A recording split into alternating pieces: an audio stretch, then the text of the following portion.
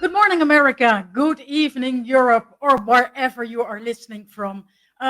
Please leave a comment on the comment screen on the right side of your screen where you're from, because it will be nice to hear where you're from and where you're here, while listening at this webinar. Today, we're going to talk about charging, or preferably the acceleration of charging. I'm a representative of the Dutch Electric Vehicle Drivers Association, and we know charging is key. So we need to learn from each other. We need to learn from everybody. We need to tackle this in order to promote electric driving all across the globe. So this is the subject for today. Let's have a look at the program we have, because we've got some interesting speakers for you. We will start with Peter van der Venter, the Program Director of COAST2COAST Smart E-Mobility. We'll see how things are going at this moment in California. They've got a new president. So I wonder what influence that might have on EV. We are also going to interview Maarten Linnekamp. In Holland, we call him the Dutch Mr. Electric, because he paved the way, to say, in the Netherlands for this good charging infrastructure we've got in the Netherlands. But not only in the Netherlands, things are getting pretty organized. There are more of them, and we made an interesting video for you where we've got key experts from around the globe to give you an insight on what's happening in the world today. Patrick Toppin, he will also tell you some interesting things about private investment in California. He has developed an excellent model on private investment into public charging, so very interesting to learn from him. And we will end today with a very interesting panel discussion with Paddy Monahan and Edward Stichter. Paddy Monahan is one of the commissioners of the Californian Energy Commission. She is appointed by the governor. And Edward Stichter is the vice governor for climate and energy in the province of North Holland. So, guys, this is the program we've got. We hope you find it interesting. If you have a question, if you have a comment, please put it on the comment box, because we want to include you in this webinar. Someone I also want to include in this webinar is Peter van der Venter. Good morning, Peter, in California. How are things? This has been a crazy year. You've got COVID, you've got bushfires, you've got a new president. Tell me, how is things happening in California? Well, good morning, good evening, Alan. Thanks for your wonderful introduction. Yeah, this has been a year like no year that we've had. But you know, on all the downsides that you mentioned, we see less travel, so less pollution. We see more communication via Zoom and webinars. And so I think, it also has brought us a little closer together. So hopefully this will all be a good sign for what we need to do in terms of getting more electric vehicles on the road. Yeah, what we see, talking about those more electric vehicles, we see, we've seen the car sales, and what you see is that the new car sales of electric is really good, doing well. Is it the same in California at this moment? Yeah, so on average, the sale of cars has been slowed down a bit, but electric vehicles sort of stand out. So there's a positive choice to buy green if the economy goes bad. That's also visible here. And I don't know that you cannot tackle politic issues, but is California happy with the president-elect? Well, that you have to ask 40 million people here in California, and they will all have different opinions about it. And I think California by itself, I always said, is the 5th largest economy in the world, and it can stand on its own.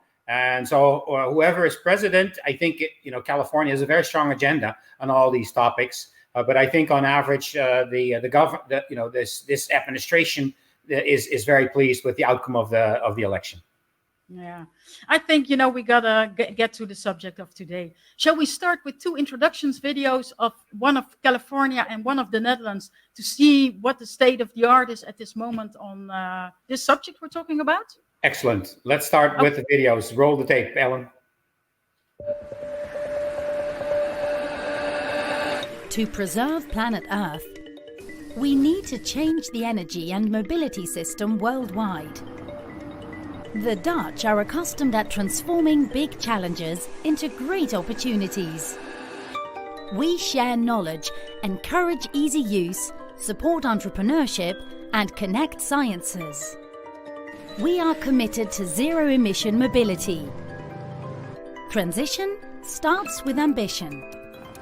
The Dutch ambition is to extend our leading position in the field of zero-emission transport further, to inspire and motivate others in taking the road to zero emission and to accelerate along it. As a result, the Netherlands has one of the densest charging networks in the world. And we're one of the leading players in electric transport. Not only in the rollout of passenger cars and electric buses, but also in charging infrastructure and the new development of new technologies and services. Many foreign-built charging poles have Dutch technology inside. We invented seamless charging services and open protocols and export them worldwide. Something to be proud of, we think. Dutch startups have global influence on new technology development, increasing efficiency and reducing costs. It's through the spirit of the next generation that we find new ways to grow. The key success factors are cooperation, knowledge development, and regional anchoring. A number of Dutch cities are working towards zero-emission zones to support the rollout of clean modes of transport. The introduction of renewable, sustainable city distribution will help to make our cities smarter and greener. We strongly believe in working together. That's why, amongst others, the Dutch government works via public-private partnerships. Together, we can find the right solutions that make a sustainable difference. Join us on our journey to a zero-emission future.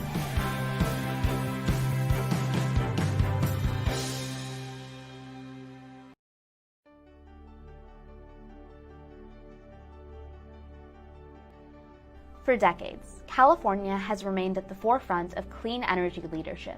This year, the state became the world's 5th largest economy, while continuing bold efforts to reduce greenhouse gas emissions. The state's policies have driven reductions across sectors and aim to lower emissions by 80% below 1990 levels by 2050. California has installed more renewable energy than any other state and generates more than 32% of its electricity from renewable sources. The state plans to reach 50% renewable energy by 2030. A groundbreaking requirement to be approved this year will also require solar panels on new homes beginning in 2020. The state's progressive energy efficiency standards for buildings and appliances are moving the market toward cleaner, more efficient technologies. These standards have already saved Californians more than $100 billion in utility bills. And landmark legislation signed by Governor Brown will double energy efficiency savings by 2030, further reducing energy demand and saving customers money. Transportation pollution is the state's largest source of greenhouse gases and smog-forming pollutants. In response, the state is shifting transportation systems to clean electricity and low-carbon fuels. Today, California is home to half of the zero-emission vehicles in the country and plans to have at least 5 million by 2030. Already, the state is home to a dozen companies manufacturing zero-emission cars, buses, and motorcycles. Each year, the state provides $150 million in grants to test and demonstrate innovative clean energy solutions, supporting a cleaner, more resilient energy system. These grants leverage private and federal investments, contributing to an innovation ecosystem across California and beyond. As California builds a thriving green economy, it is working to overcome barriers that limit access to clean technologies for low-income customers, ensuring that all residents benefit from a clean energy future. California is committed to working with cities, states, and nations around the world to face the unprecedented challenge of climate change, and together support a global clean energy future for everyone.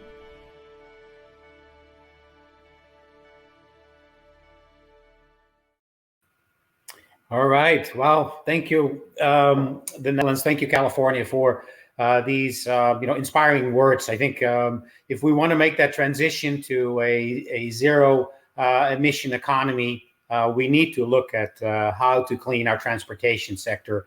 And a very key element, like Ellen said, is to electrify it. And for that, we need charging infrastructure.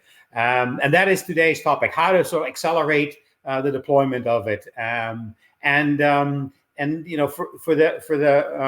For the most part, obviously it is about leadership. And I would like to introduce one of these leaders, and Ellen already introduced him as Mr. Electric, Maarten Linnekamp from the Amsterdam Metropolitan Region. So Maarten, please, if you can tune in. Good morning. Thank you for the compliments. Thank you as well. Yeah, you're very, very welcome. So Maarten, how are you? I'm fine, thank you. Yeah, we're of course in a strange situation in the city of Amsterdam. Normally the city is crowded with tourists, with a lot of people, but because of Corona, everybody's home, everything is silent, the cars are still. So it's a strange situation, Peter. It's a strange situation, but I think just like in California, I hear that because of less travel, there's also less pollution. At least in the beginning, it was very measurable. Here in California, I think also in Amsterdam, hopefully people will make other choices about traveling and maybe take the bicycle more and leave the car at home. The city was for the cyclists. Yeah, exactly. So Maarten, so wonderful that you can be with us. And let me just jump right in the water with you. So you have helped set up the Amsterdam Metropolitan Region Electric, and this year you had an amazing procurement in which you were able to procure 20,000 new charging stations for the city of Amsterdam in the years to come, and you basically got them at €0. So how did you do that? Give us your secret sauce. Tell us a little bit more about it. How exciting! Yeah. Because when we started in 2009, the price was quite high, so it costed around €7,000 for the charging pool. Can I have the first slide, please? So here where we started. So nobody knew anything about, really only a few people, about electric mobility. We didn't do a lot of research, but we thought, let's see what is possible, how it could be done, that we show to the people that you can drive electric, and that's why we choose to install charging poles in public space, that it could be visible, that people want to be part of it. So this is the first lady who was starting charging. In the beginning, electricity was for free, parking was free, so she was quite happy with that. But that was possible with only 5, maybe 100 electric cars and charging poles. But in the next scale, we want to order 1,000, and so we have less subsidies, but it starts growing. And we started in the city of Amsterdam, but we want to work, of course, with the region, with the profits for North Holland, of course, for instance. Yeah. And in 2012, we started a tender to organize a tender for the region with 18 municipalities. So that we have, can I have a slide, please? So we installed now at least 600 charging poles, and the tender you mentioned that we're talking about 20,000, and that's not even sufficient for the goals we're heading at, because in 2030 we want to have 2 million electric cars on the road, and then we have to have 40,000 charging poles. Can I have a slide, please? So you're saying that 20,000 is not enough for the region. You need at least double, but you got the first half. So we started, and then we have some issue, because you already told that it was for free for now, but when we started, we thought, well, if we need 80,000 charging points or 40,000 charging poles, and it will cost us €7,000 a pole. That's a lot of money. Yeah. So what we did, the scale to put organize a tender with 80 municipalities to have. At this time, we have around 200,000 electric cars on the road. So there is more business. The charge fund operators, they earn money from selling electricity. Can I have the next slide, please? So this is the price of the charging pole. So the growth of number of cars, that everybody now realized there's nobody having second thoughts about the development of electric mobility. Everybody knows that it's there to stay. That's where the price comes down. And the income of selling electricity, I also can show you on the next slide. So here you see the growth of how much kilowatt hours are provided. And you see the little dip at the end. Yeah. That's Corona crisis. So everybody worked and stayed at home, and now you see it's growing again. Back up again, but maybe back up just the previous slide if we could, because this is for sure very interesting. For California. California has a great market for home charging. A lot of people can charge at home. There's great opportunities to charge at work, but public charging is still sort of like it's something that needs to grow, and particularly. This graph I find very interesting because of how you did what you did, you were able to drive down the costs from close to between 5,000 and 10,000 per charging location, all the way to sort of like zero. Yeah. And if you could sum up, like what are the three main drivers for this success? Well, first of all, of course, at the end, that we all have to believe that electric mobility will have the future. Yeah. Then companies are willing to invest in it. So up till I think 2012, everybody was saying, well, maybe it's hydrogen or fossil fuels will be there for 30 years. Yeah. So that's one. You have nobody is hesitating now that electric mobility will. So there is business in it. You see the selling of electricity is growing. So big companies like Shell, Total. So the big tender of 20,000 charging poles, Total is delivering them because they think, well, that's the future, and that's important. That's one. The other thing is working together for cities, for municipalities, because if every municipality is ordering a charging pole a little bit different in the other cities, that it won't work. So that's a very crucial point. This regional collaboration and what's the role of the state to enable this? Or how did it come about? Why would municipalities work together? So the minister of was responsible for electric mobility. She's really enthusiastic what we did with the province of North Holland and the city of Amsterdam to make it also workable in the region. Because you must realize that small cities, municipalities, they don't have the money or the capacity, the knowledge about what they should do. So we need to help them to make it a success. And the central government is quite enthusiastic about that. And you did this at the regional level and not at the national level, but more the region where people live and work and go out, where the kids go to school, where they have fun. You organize it as a region. That's what you're saying is the second driver. What's the third driver? Because I think you were about to say three. I asked you for the three golden tips. Yeah, maybe the last thing is that that you believe in it, that you want to stick out, take the risk, So at that time. The government was enthusiastic and gave us the support to see where we with the 10 charging poles or the 100 we started. Nobody knew that it will be a success. So the trust, that's important, to make it a success, and don't hesitate. So of course, you have to make research, but also at the same time start doing it today. Don't wait till tomorrow. That will be too late. Start today with action. So that will be the third thing, I think. basically it's about regional leadership, it's about local leadership, about personal leadership. Don't wait, just say start. Convince others to join you in the procurement, because the larger the procurement is, like 20,000 charger locations is a lot easier to swallow, I think, for a party that wants to build these chargers than, let's say, 20 or 200. So 20,000 is the scale. So you were able to scale it in the region. And can you tell me just a little bit more? So are they all required to take these chargers, or is it on a common serve basis? The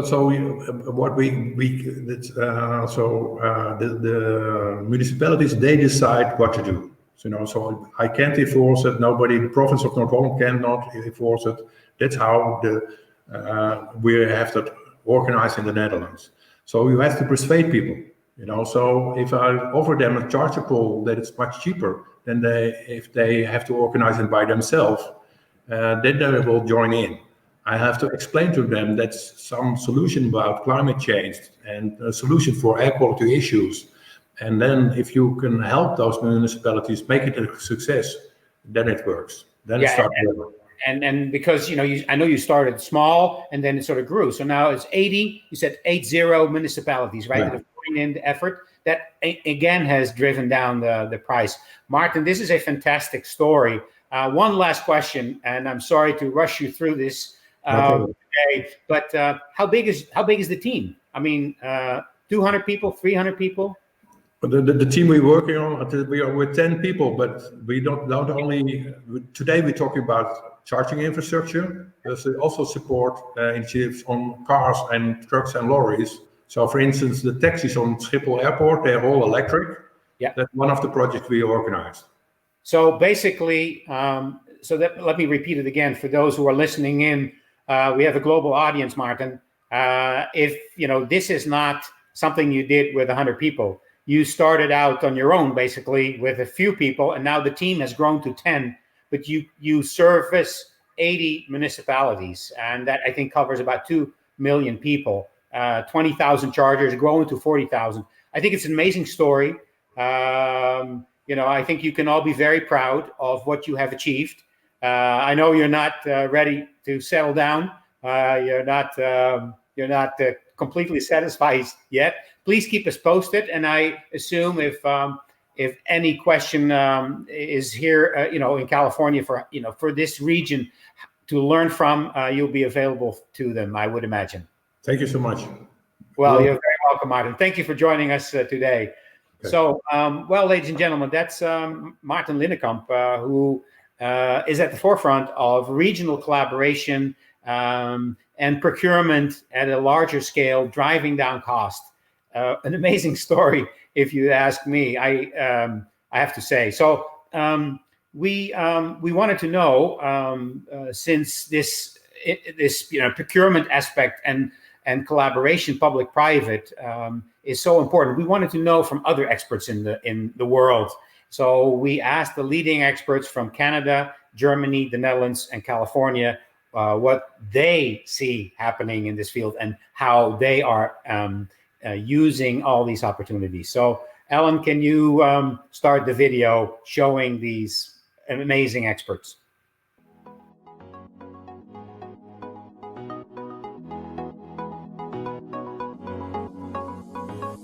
We started in 2009, and by then we placed 100 charging points in the city. There were hardly any electric cars, so this was a little bit like a chicken and egg problem. What comes first, the electric car or the charging infrastructure? And as a city, we said this is important, so we'll place 100 points to ensure that that people can actually drive an electric car. Now that sort of worked and it sort of didn't, because we placed it on strategic places, what we thought were strategic places, but not all of them turned out to be strategic places. So we've learned from that, and we turned our strategy into a demand-driven strategy. So which means that if you have an electric car in Amsterdam, you can come to the city and say, hey, I have an electric car. I would like a charging point near my house. And then we'll check if there already is a charging point there, which you can use or not. And if there isn't, we will place one for you. So that worked for a couple of years. But now, for the past few years, we've seen that the growth in electric vehicles in Amsterdam is so fast that this is not enough, this demand-driven strategy. So now we have a combination of demand-driven, so you can still ask for a charging point near your house, but also data-driven, because we have the data on all the charging points in the cities. You might know the street scooter, the four-wheeled electric vehicle, which the German Post Office now operates. We actually developed that back in 2010 in a public-private environment. So it came from the university, then we privatized it, we got public financing in, but we achieved that maximum goal. Again, the output was a vehicle that achieves low TCO for the end user, and which is functional to what it actually has to serve, right? And I think you can transport that idea to the charging infrastructure. So it's more about creating win-win situations. California has had a lot of success working with our overseas partners in supporting the development of the zero-emission vehicle market. Great example is, of course, the long relationship we've had with the Netherlands, including the COAST2COAST e-mobility program and the International ZEV Alliance. That's really helped to accelerate global adoption of ZEVs. I think it really does just boil down to the foreign direct investment approach that we take to support companies that are looking at expansion in California in this area, and then also really looking at opportunities for California exporters. We are involved in charging infrastructure now for over a decade in the Netherlands and for, let's say, 5-6 years in other countries as well. Talking for the Netherlands, we have around 50,000 public charging points right now, and we've been involved somewhere in every charging point that you see in the Netherlands. So when we're driving somewhere, I see, that's the background of this charging station, this is how it works. And we have supported, I guess, maybe 80% of the Dutch governments who have done a public tender for a procurement process for charging stations. We have supported them with building their tender documents, their strategies, their business cases, and so on. Our model is a public-private partnership, so that the public, us, we set up the network, the website, the mobile app, the Facebook page, the customer service, procurement, advertisement, revenue management, maintenance, etc. And the private, so whether it be a supermarket chain or a hardware store chain, they pay for the charging stations.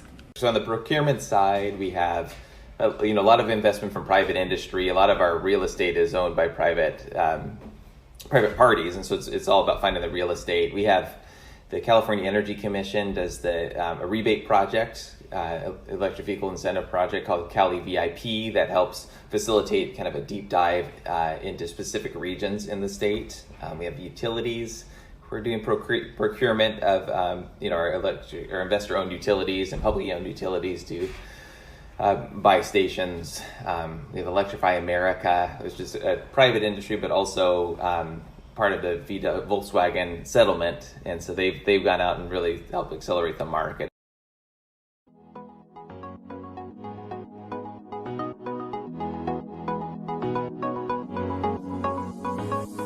Here in Amsterdam, we want to be a playground for innovation. So we welcome any company that has a good idea. You have to continuously work on it, yeah. So and communication is key in these public-private projects. I think identifying and communicating should be like the rationale of every PPP. Collaboration between the public and private industries remains crucial to identifying funding gaps that governments and automakers, energy and infrastructure providers, and others can fill. So programs that we have in the U.S., like opportunity zones, new market tax credits, and community development financial institutions, those things can be used to boost the government's commitment to zero-emission vehicle market development with private capital. But really, strengthening the public-private partnership, it essentially comes down to two things. It's communication and engagement. To strengthen it, it is quite important to set the same goals for public and private companies. So what we've seen in the past is that the public organization said, okay, we like to do something with innovation, for example, instead of, or as an add-on compared to the rollout of a charging network. And for a private company, they're doing huge investments to build a charging network. So they have to invest on forehand before they have any income or whatever. So they need a long run before they get their profits or their investments back. And in some projects, we see kind of separation between these goals, between public and private partners or parties. And it is quite important to set them with the same goals. In any partnership, it's always the same thing. There's no secret. So it has to be a win-win situation for both partners, public and private. So it has to bring benefits to both sides. In the case of the electric circuit, our public charging network, so we provide a full array of advantages to our private partners. So good hardware, good price, zero hassle. Each sector has a strong role to play, right? We're trying to get to scale, and scale, I think, means that, we need to bring a lot more private investment in. We don't have enough public money to get where we need to go, and so it's really important that we find ways to build that confidence. And so what we're looking at is, strategic financing. Can we help bridge the gap between, where you need grant funding to where it's completely private market focused? We're also doing a lot of work on permitting and interconnection, trying to eliminate or reduce soft costs associated with putting stations in. And so to bring the parties together, I think what we're trying to do is, facilitate that continuous information flow between, what the private sector is doing, the barriers that they're facing, and then what the public sector can bring to help pull those things together. There's a lot of work to do, but it's all about establishing confidence between those two parties.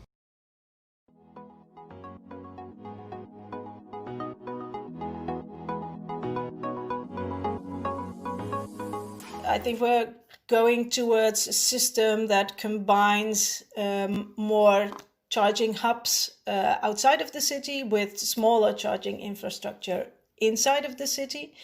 And that will create all kinds of opportunities for companies, I think, and for us to work together with companies. What you can see in successful projects is always that these soft costs have been addressed early on. So it was always clear from the beginning, okay, the customer acquisition is going to be part of the private party, for example, because they already have the marketing materials and everything on site. It's not going to be part of what the public entity brings to the table, or vice versa. There can be different models. I'd say that policy dialogues like this one, even virtually, they can help California learn best practices from those that are farther along in some procurement areas than we are. And that will hopefully help us as a state address potential challenges that can arise from large-scale procurement initiatives. What we see is that a lot of public procurement process has different kind of scopes and conditions for the charging operators to join these kind of tenders. So working with standard documents and have a standardization of technical requirements, for example, or using open protocols, etc., is very helpful to lower transaction costs. So it will make it easier for parties to join. Second, is really important to think about the award criteria in a tender or in a procurement process. What we see is that a lot of times these award criteria are used as a kind of an add-on service. So we need to do something with communication or with the look and feel of the charging station, for example, or with smart charging, and that's always kind of an add-on and not in the core of the project. What is very helpful is to think about, okay, what do we want to achieve with this project and make a relation with the award criteria. That's even important to make it more effective, really make a separation between innovation at one hand and the rollout of charging infrastructure at the other hand. They're complete different tasks. So the rollout is going along with a lot of investments, and you really need to have a focus as a charge point operator on the rollout of new charging stations. It's a very difficult task. You have to do a lot of things in cooperation with the city, with a grid operator, with an energy provider, and so on.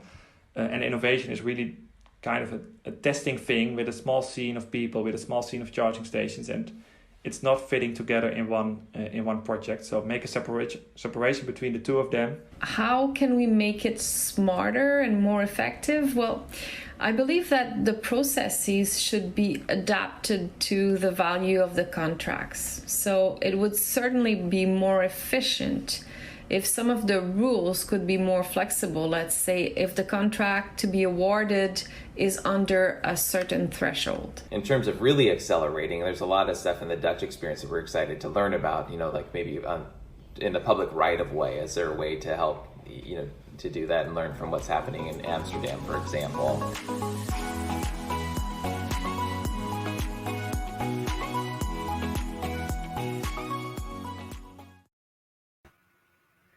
Well, thank you, Tyson. Thank you, Mark and Harm-Jan and Emily and Frans Lapont and obviously Judith for sharing these insights. And I think what's important to know is that there are similarities. There's also differences in their approach to public-private partnership, in their approach to procurement, and how they can see the next step.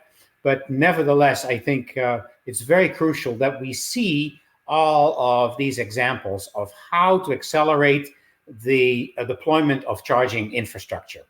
So now that we've heard of these best practices, I was wondering, is anybody monitoring how successful these public-private partnerships are? And for that, actually, I had to go look in California because Patrick Toppin, who is with the governor's office, he has designed a model to look into, how successful are these public, or how these public implementations of infrastructure with private funding, how successful are they? So Patrick, welcome with us today. You are basically the one that actually measures all these successes that the previous speakers are speaking about. So you're far too kind, Peter. So how are you? How is Sacramento? It's good. It was raining earlier and now it's sunny, and that's how I want every day to be, clean air, bright skies. And, I'm excited to talk about private investment and how to accelerate that today with you. Excellent. So, so can you tell me a little bit about the model that you've developed and what you Absolutely, see? yeah. If we can get the slides up. Yeah, so I think, when I was working for the Governor's Office of Business and Economic Development, one of the things I think we really were curious about is, who's actually investing in public EV charging. And so, here's sort of a list of some of the really big players that we have in California. We have California Energy Commission. We have some of our utilities, both publicly owned and investor owned. We have a lot of private industries and government settlements that also help accelerate that. So if we can go to the next slide. We really found is that there's a lot of players who are being involved.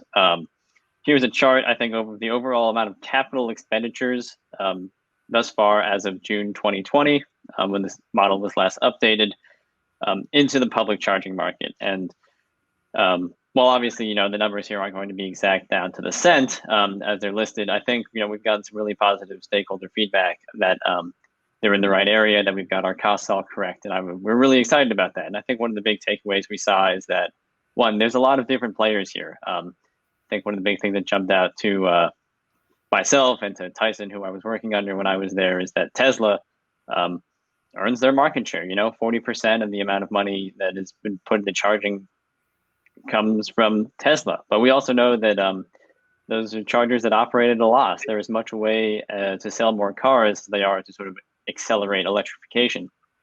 So what we really wanted to center in on is this little purple slide right here. Other private, actually, we'll get to that in a second, but if we can go to the next slide. I think it's also important to know that a snapshot doesn't really tell the whole story here. Really what we've seen that over time, and since the beginning of the last decade, about 2010, we've seen investment go from virtually nothing, dominated by government spending and a little bit of Tesla in the early years, to gradually becoming sort of a whole team effort. We've gone, to over $500 million in capital. And I think that's a really, really exciting thing. One of the other things I think you notice on here is that that red line is the amount of actual charging ports. And I think one of the things we've noticed is that spending has dramatically increased, right? We're starting to see sort of the beginning of the hockey stick of an exponential curve. And the number of chargers isn't following that as much. And I think that really reflects this increasing reliance on DC fast charging, right? These high kilowatt, really, really expensive chargers. You pay more money and it might be a more efficient charger, but you only get, one connector for that. So we can go to the last slide here before I wrap it up and we can enter our conversation, Peter, is that non-Tesla private investment. So, these are the things that are built in your shopping malls and your grocery stores. These public chargers is really starting to accelerate. I think that's really what we're excited about. The first 5 years, not a whole lot happened, and then in 2015 it really starts to take off. And if you'll forgive sort of the decline, because that's a subset of, that's just a quirk of the model and the way that it reports utility investment. I think we're on a really, really, really positive path here, and I think we've seen a lot of the efforts and a lot of the lessons that we've learned at the state of California sort of be internalized, and we can make our processes more efficient, more effective, and just better for everyone. Yeah, so this is very exciting, and maybe we can leave this slide up. So what you're seeing in your data is really this exponential growth that as a state you want to see happen, right? In order to meet the target, the governor just announced the executive order to have only zero-emission vehicle sales by 2035. So in order to meet that, we need the charging infrastructure. So we need to see also the private investment. And based on the research that you've done, this is now a study encompassing 10 years, you actually see this exponential growth. The question is obviously, will it meet the demands? Does your model also have predictive capabilities, or is that something you would look to see, being part of future modeling? I think it's something that's definitely something we want to include in future modeling efforts. I think right now the real purpose of a tool like this is to be a diagnostic. It's a way for us to evaluate whether or not our policies at the state of California at all levels are working, and how they're working for our private businesses, how they're working for our utilities, how they're working for the sort of non-governmental programs that we have sort of signed contracts with to build starting. So, we talk about the NRG settlement in the early 2010s that put in chargers, sort of settle an energy scandal. The Volkswagen scandal obviously is going to result in a lot of things. It's a way for us to really sort of measure that. And I think that is where these types of models are really, really important. Yeah, so I'm also going to ask you sort of like like a more political kind of question. I asked also Martin, so what would he advise California to do, and to accelerate infrastructure based on his experiences? He did share a little bit about that. So if if you're looking at your model, what would you advise? So we will be speaking with two representatives from the state of California and the province of North Holland fairly soon. And what would you sort of advise them to do, to take the next level in terms of promoting private investment? I mean, I think we've already seen a lot of these of what I would advise already taken into account. I think we've seen the way that the Energy Commission used to hand out funding for chargers towards a more rebate-based project. I think that's a really, really positive settlement. I think we've talked about it a fair amount at GoBiz, and I know you've been a part of those conversations, but obviously permitting is a big problem. We can't, you need to reduce those frictional costs wherever you can.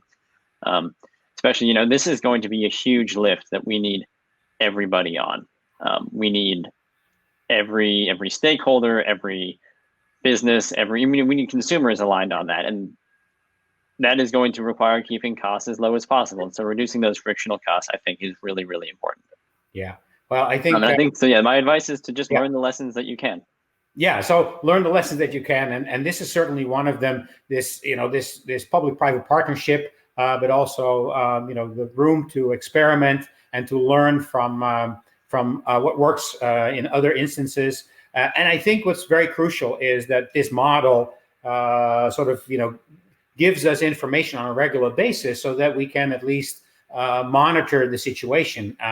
And as governments always say, we cannot spend our way out of this. We need the private industry. And if we can sort of monitor and see where our policies inspire them to do this, that would be very helpful, and to also engage with them. Patrick, your model, I think, is truly amazing. I hope actually your model gets exported to the Netherlands, because as far as I understand, there's not such a model. So who knows, maybe one day soon you'll be doing this presentation in the Netherlands and see what they can learn from your model. Thank you so much for being with us here today, and take care. See you soon. Thank you so much, Peter. All right. So now that we've heard from Patrick, and we've heard from Martin, and we've heard from 6 different experts from across the globe, the question then becomes, what do those who are in charge of policies, what do they do with it? And what can they sort of learn from these developments, and how's it going to shape up their policy agenda? So for that, I'd like to invite Patty Monahan and Edward Stichter to join us in this conversation. And welcome, Patty. Good morning. How are you? I'm well, thank you, Peter. How are you? I'm doing very well. And Edward, good evening in the Netherlands. How are you? Good evening. I'm very well, thank you. Well, so good to see you. You had to wait quite a while. It's because your moderator is not very good at keeping the time, I guess. But this is an exciting discussion. I've learned already quite a lot. I hope you were able to listen in. And I have a few questions for you, because in the end, the buck stops with you. It's up to you to use all this knowledge to translate into policies that actually create this much needed deployment of charging infrastructure. So, but before I do this, I wanted to ask you just for the viewer also just a few more general questions. So, Edward, you're responsible for energy and climate, and sort of what are your ambitions? Listening to what our experts have to say, what are your political ambitions to realize in your tenure? Yeah, thank you. Well, Peter, our administration is very ambitious when it comes to combat climate change, and we put a lot of effort on energy transition. And the coming years, we will invest more than 200 million euros in various programs to create a sustainable future, and innovation and public-private cooperation are key in this process.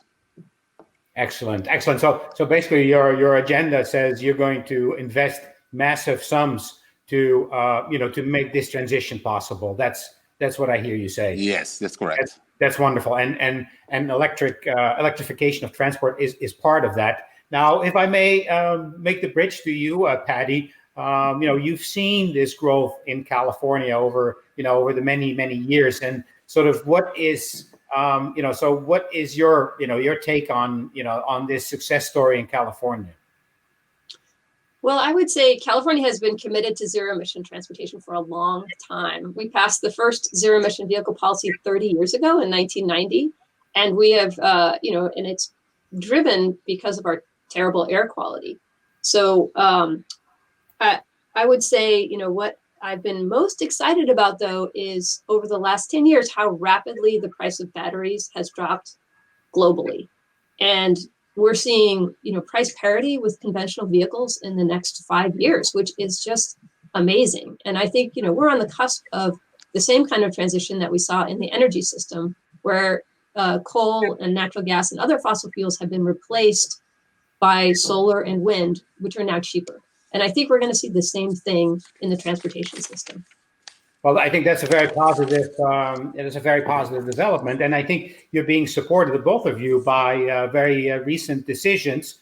The Netherlands have decided to go all zero-emission vehicle sales by 2030. The governor just announced his executive order 2035, and for those of you who missed it, just this morning, I hope you can read it. The Zero-Emission Transportation Association got its life, and some big players from industry, among Tesla and EVBox. EVBox obviously being a player from the Netherlands, and Tesla from California. They are committing to make this transition by 2030. So this is a massive task for the both of you to meet these challenges. What do you see as the most important challenges to get to either 2030 or 2035? And Patty, can I start with you? What do you see as the major challenge here? Yeah, I would characterize them as 3 major challenges. I call them the 3 C's: cost, convenience, and consumer awareness. So, as I said, on the cost side, we're making a lot of progress, but I think we'll need vehicle incentives for a while, and especially for lower income consumers to be able to make that transition. On the convenience side, we need a convenient charging and refueling, ZEB refueling infrastructure, which we're making progress on, but we have a lot more work to do. And especially in California, we're not just electrifying passenger vehicles, we're also electrifying trucks, we're electrifying off-road equipment. So this is going to be a major transition in terms of making sure that it's convenient to refuel these vehicles. And on the consumer awareness side, I mean, we're finding that a lot of consumers really just don't even know what an electric vehicle is. So we have a group called the Lowe's that is helping build consumer awareness of these vehicles. But I think we have a lot of work to do on that front as well. Yeah, so you see the 3 C's as the challenges. That adds a 4 C for the challenge. But no, I think you're right. I've been here in California for the last 12 years, and I do agree those are some of the challenges we have to meet. Edward, in your position as Vice Governor or Regional Minister for Energy, what do you see as your main challenges to achieve these very ambitious goals? Yeah, we have the same goals. I think we have the similar challenges as California told us. And I also see 3 focus points, the holy 3 again. First of all, we need to create policy that provides the right parameters for the charge. And I think secondly, we need to improve our electricity infrastructure and our charging infrastructure as soon as possible. It must be quite soon now. And third of all, we need to focus on assisting the second-hand market in transition to zero-emission sales only. It's a second-hand market. That's our 3 focus points for now. That's a very interesting aspect, because also here in California, we're also debating, how to do this, how to make sure that those who cannot afford to buy a new electric vehicle, who be looking at a used vehicle, how to sort of stimulate that market. I don't know, Patty, you want to say something about that? Because this is something also on the radar of the governor, right? To have equity. Yeah, this is really at the forefront of everything the governor is doing to accelerate zero-emission vehicle penetration. We need to make sure that this is a transition that benefits everybody, and especially disadvantaged communities. These communities are often burdened by excessive amounts of air pollution. And especially this transition, I would say, in the heavy-duty space, where we're transitioning heavy-duty vehicles towards zero-emission vehicles, that's something that benefits all communities. And so in California, we're really trying to think through, one, how do we accelerate this transition from dirty diesel to clean zero-emission transport and ensure that disadvantaged communities benefit? That's number one. And number two, as you've talked about, is how do we ensure that this is a transition that works for lower income consumers that often live in apartment buildings where there's not convenient charging for them. That's something that my agency, the Energy Commission, is working hard to expand charging options for people living in apartment buildings. And so it's not just like making sure that there are incentives for the used car market, but also making sure that there's convenient refueling. Absolutely. I would argue that the latter is actually the bigger challenge. Yeah. I think so too. Being here now for a while, I think that's something where, I think we can improve on, and we can maybe learn a few from what cities like Amsterdam, where they started out with public charging because no one has a driveway in Amsterdam. So this is wonderful. Now, the flip side of the secondhand market, Edward, is also to be able to have clean public transportation. Patty already said something about heavy duty.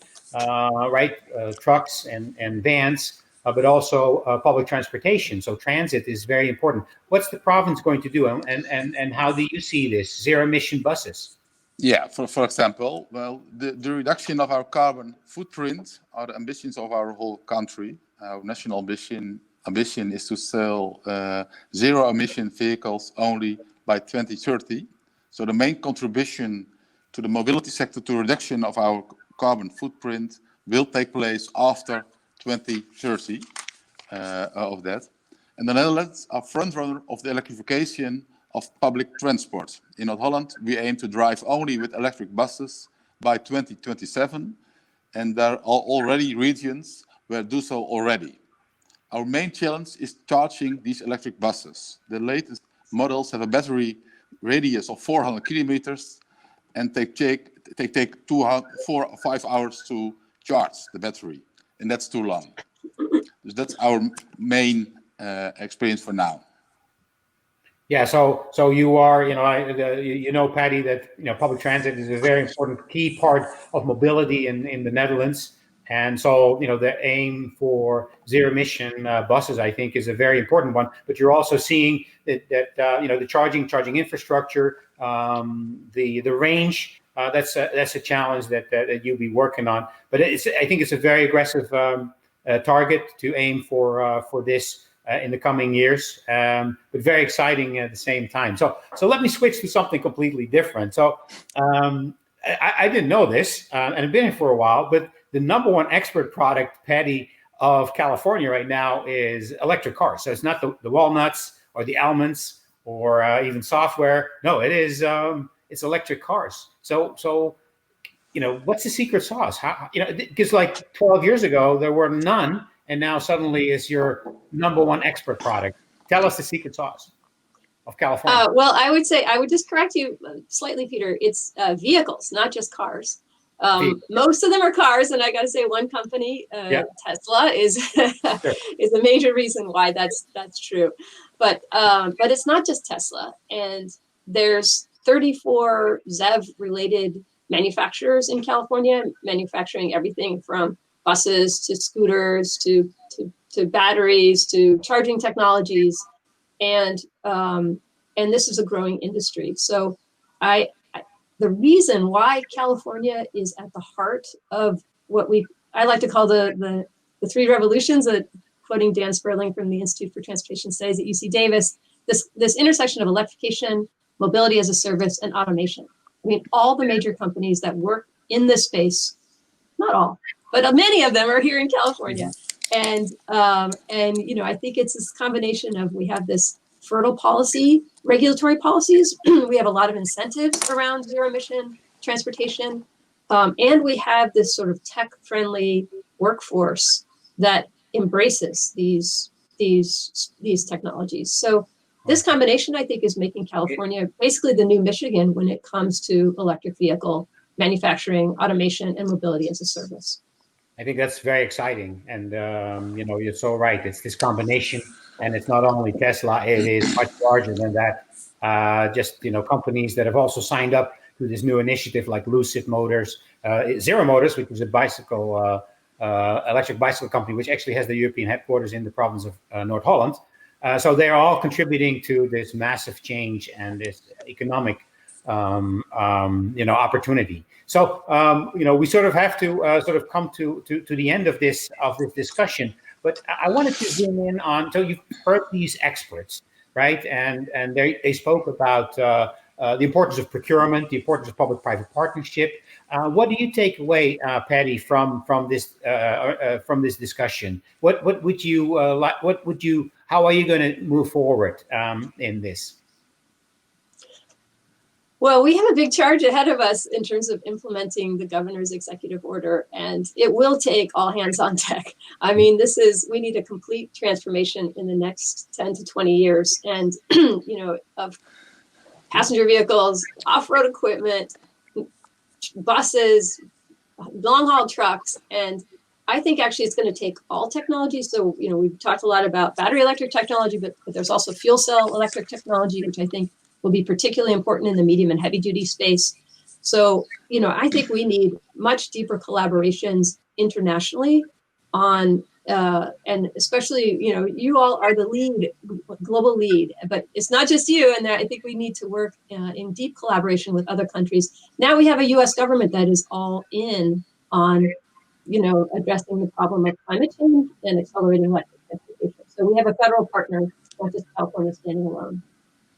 So I think a wonderful answer, and thank you so much, Edward. Would you like to contribute? And what are your takeaways from today's presentations on public-private partnership and being smart in seeing this market grow? Yeah, I think it's very valuable that we are able to share the knowledge with the state of California. I heard of a lot of things were very interesting to our country, our approach. And I think we have the knowledge. We can help you with the infrastructure, for example. So I think we need it to change the world. We have the knowledge to change the world with each other. And I think the most leading states and a land with a lot of approach of this kind can help each other with that approach. And we find each other now, and we find each other to the next months. And I think you have the right government to make steps forward now. Well, that's wonderful. I think that as you are trying to make this change happen, I think it's important to realize that you're not alone. Like what Patty is saying, there's many different areas in the world where things are happening, where we can learn from one another. And I think that that's also true for the province. They look at what's happening in California, and they want to learn from you, and they also want to learn from others. So I hopefully this webinar is a first step in the right direction for to accomplish your policy goals and to seek further collaboration. I think this collaboration between the province and the Energy Commission has been there since 2014. I think you'll find each other on these common goals for sure. And through the program, through Coast to Coast, we will for sure support that effort in any way possible. So let me say thank you for your contribution and for your willingness to take this to the next level. I think that's very important. The world needs you. Thank you so much. Thank you, Peter. Thanks, Peter. Thanks, Edward. Yeah. So, ladies and gentlemen, that brings us to already to the conclusion of this program. I think we've heard from amazing speakers, panelists, and those who are in charge to execute these policies. I think they're all looking, to go and take it to the next level. We've seen the first emergence of vehicles, of infrastructure. We've seen the first very successful procurement exercises, but there's still so much to learn now and moving towards the future. I think that that this webinar is one step. There's many more steps needed. I'm quite sure that this is also something that the Vice Governor and the Commissioner were agreeing upon to find comfort in collaboration with each other. I want to say thank you for tuning in today. And before I leave, I want to say thank you for both the Astro Labs and Alan Heap, who made this, again, possible to have a wonderful webinar. And also, let's not forget Kim, who supports the Vice Governor, and Ben D'Alba, who supports the Commissioner, who have been making this possible in the past 2 months to set up this webinar for you. Hopefully you liked it. Please tune in. For now, I say thank you and see you again. Bye.